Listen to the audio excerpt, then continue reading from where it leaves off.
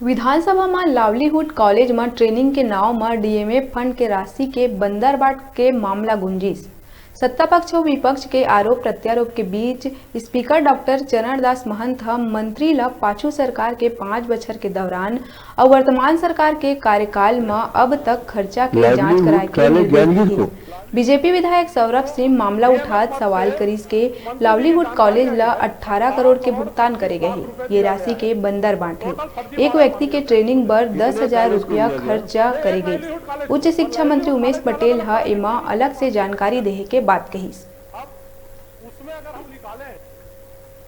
Livelihood college Janjgir को DMF मत से मंत्री जी की जानकारी आई है 18 करोड़ 36 लाख रुपए दिया गया है।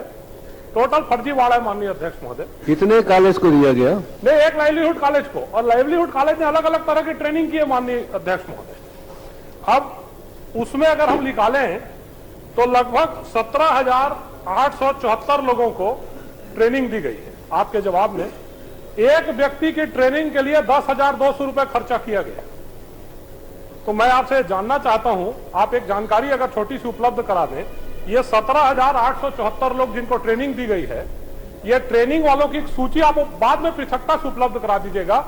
ये कितने लोग को, ये 17,874 जो लोग हैं, ये हमारे पास पूरी जानकारी है माननीय अध्यक्ष महोदय कि 300 लोग को ट्रेनिंग दी गई है। अलग अलग जगह नंबर दिया गया है, वही नाम हर लिस्टों में है, और सूचना का अधिकार लगाने के बाद वो जानकारी नहीं मिलती। तो विधानसभा के माध्यम से मैं आपको आग्रह करना चाहता हूं कि ये 17,874 लोग की सूची तो दिलवा दे कि कौन लोग हैं जिनको 17,874 लोगों को ट्रेनिंग दी गई है 10,200 रुपए खर्चा करके। मैं सूची उपलब्ध करा दूंगा, पूरी सूची उपलब्ध करा देंगे जी। माननीय अध्यक्ष महोदय, उसका हो जाने दीजिए। नहीं, ठीक है। उसमें अमरजीत जी, उसमें दिक्कत नहीं है, उसमें जो कलेक्टर को मिला उसमें दिक्कत है। माननीय अध्यक्ष महोदय जी, ईडी ने बता दिया है चलिए कि कलेक्टर कैसे। मधुमक्खी पालन, आप चलिए, आप लोग पटवारी लोग के पीछे पड़ते हो, पढ़ना कलेक्टर लोग के पीछे सब आप चलो, बढ़िया चल रहा है। मधुमक्खी पालन, जूट बैग निर्माण, मशरूम पालन और अगरबत्ती निर्माण, इसके लिए लगभग करोड़ों रुपए दिया गया है। मैं माननीय मंत्री जी से यह पूछना चाहता हूं कि जिन लोगों की 10,200 रुपए में ट्रेनिंग की गई है, इस सब लोगों के लिए क्या उन्होंने कोई उत्पादन किया? अगर उत्पादन किया तो उत्पादन किस बाजार में बिका, किसने खरीदा उस उत्पादन को, और उत्पादन किया कि नहीं किया? माननीय अध्यक्ष महोदय, आप प्रश्न की बृहत्ता को समझ रहे हैं।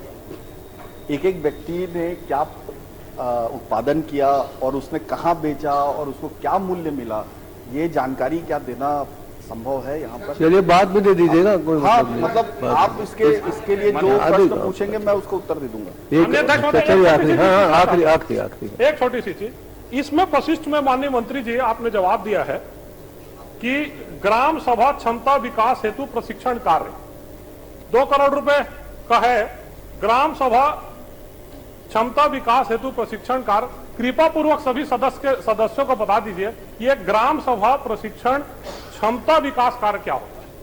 ये किस कॉलेज को दिया जा रही है तो बताओ जी, कौन से कॉलेज को दे दिया है सर? ये माननीय अध्यक्ष महोदय, डीएमएफ की राशि को पैसा को निकालकर लाइवलीहुड कॉलेज को इन्होंने एजेंसी बनाया रोजगार सृजन और रोजगार निर्माण के लिए, और उसमें ये पूरा प्रशिष्ट में है कि कितने कितने प्रति वर्ष कहां पर दिया। ग्राम सभा विकास हेतु 1 करोड़ रुपए, फिर ग्राम सभा विकास हेतु 1 करोड़ रुपए, अगरबत्ती बनाने हेतु 174 करोड़ रुपए, मधुमक्खी पालन लिए 52 लाख रुपए, जूट बैग निर्माण संबंधी 60 लाख रुपए, मशरूम कन्वेंशन प्रशिक्षण कार्य के लिए 150 लाख रुपए। ये इस तरह से माननीय अध्यक्ष महोदय टोटल बंदर बाट और बंटवारा हुआ इस पैसे का। मैं वही पूछना चाह रहा हूं कि किसी को दिए हैं, प्रशिक्षण किए हैं? मूल मेरा प्रश्न वही था कि किसको प्रशिक्षण किया, वही 300 लोगों का बार नाम है। वो बता रहे हैं ना कि बाद में लिस्ट दे देंगे आप जी।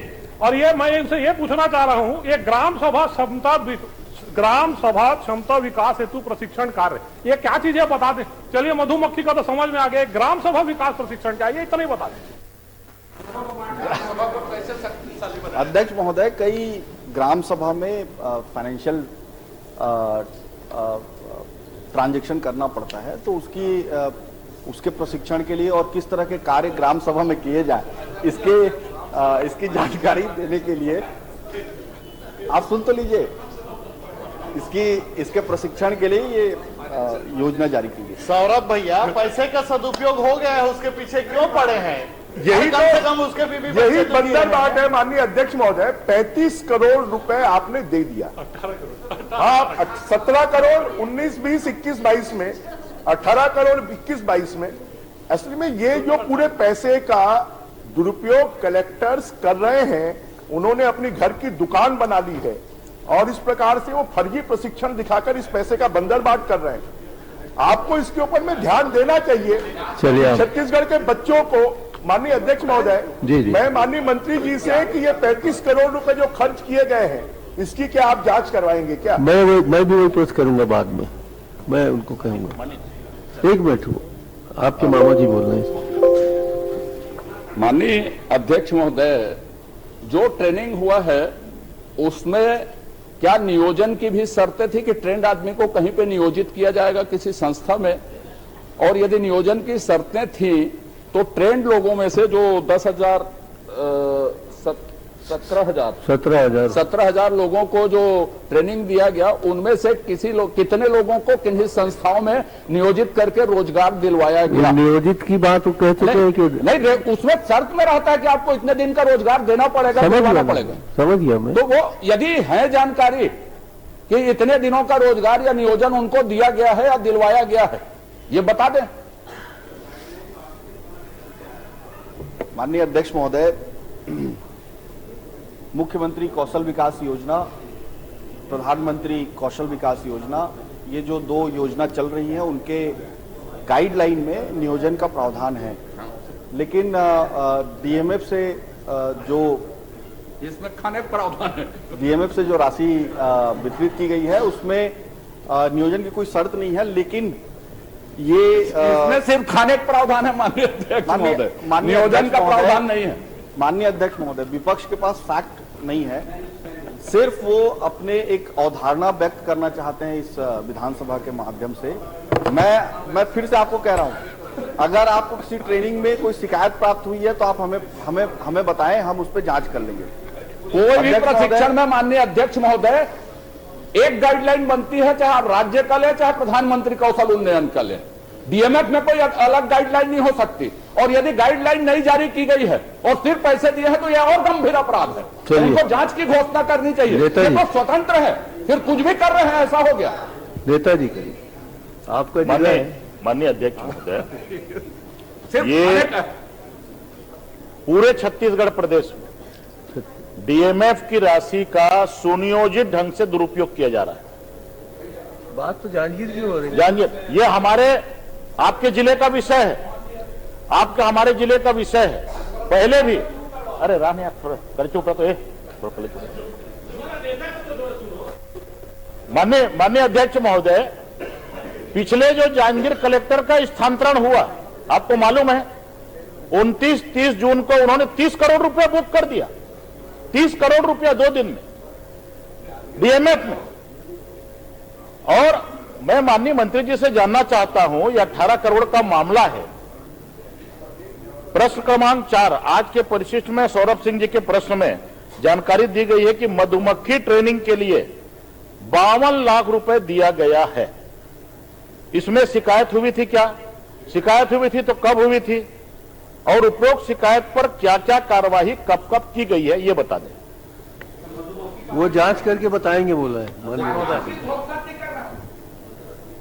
परीक्षण करा लेंगे ना, किसको किसको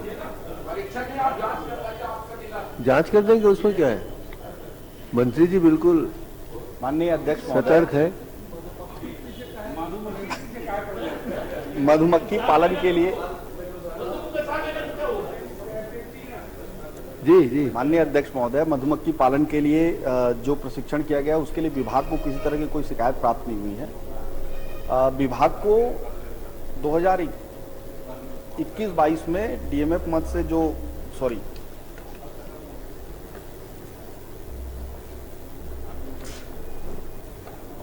डीएमएफ मद से जो राशि प्रदान की गई थी 22-23 की दो संस्थाओं को उन्होंने समय पे ट्रेनिंग चालू नहीं की गई उनके द्वारा, तो उस राशि को वापस रिकवरी करने के लिए प्रक्रियाधीन है। उसमें से राशि प्राप्त हो चुकी है, बहुत सारी राशि, और बहुत जल्द पूरी राशि उनसे रिकवरी कर ली जाएगी।